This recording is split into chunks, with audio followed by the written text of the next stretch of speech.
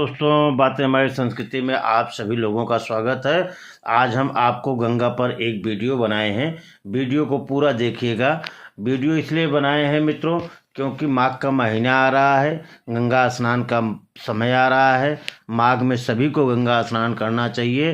तो वीडियो इस बात पर मैं बनाया हूँ कि हम लोग जो भी गंगा में स्नान करते हैं तो लोग कहते हैं कि गंगा में स्नान करने से पाप धुल जाता है।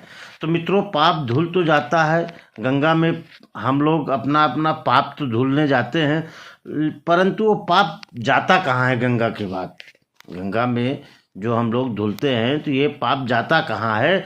चलिए हम बात करते हैं इस कथे पर।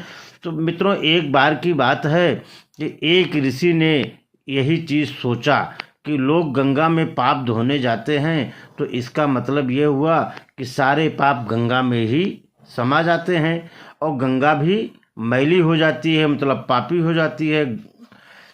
अब यह जानने के लिए तपस्या किया कि पाप कहाँ जाता है। तपस्या करने के फलस्वरूप देवता प्रकट हुए। तो ऋषि ने पूछा कि भगवान, जो पाप गंगा में धोया जाता है वह पाप कहाँ जाता है? भगवान ने कहा कि चलो गंगा जी से ही पूछ लिया जाता है। तो दोनों लोग गंगा जी के पास जाते हैं और कहते हैं, हे माँ गंगे, जो लोग आपके यहाँ आकर पाप धोते हैं वो कहाँ जाता है? इसका मतलब कि आप भी पापी हुई।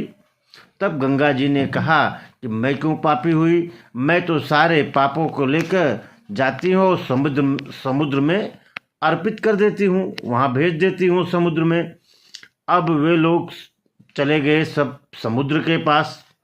समुद्र के पास जाते हैं तो कहते हैं, हे सागर,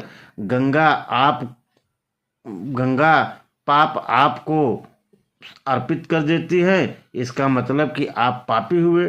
समुद्र ने कहा, नहीं, मैं कैसे पापी हुआ?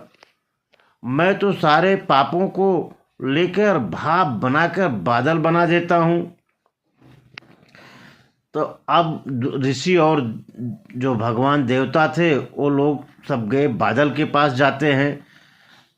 तो कहते हैं बादल से कि हे बादल, समुद्र ने जो पापों को भाप बनाकर बादल बना देता है, इससे यह सिद्ध होता है कि आप पापी हुए।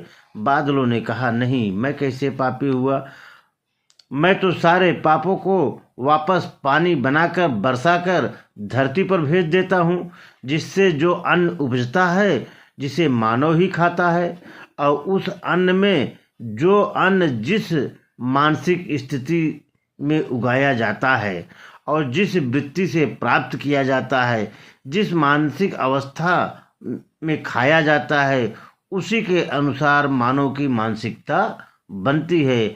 इसलिए कहते हैं मित्रों कि जैसा खाए अन्न वैसा बने मन। अगर ये वीडियो आपको अच्छा लगा हो तो हमारे चैनल को लाइक, सब्सक्राइब, शेयर जरूर करिएगा। धन्यवाद।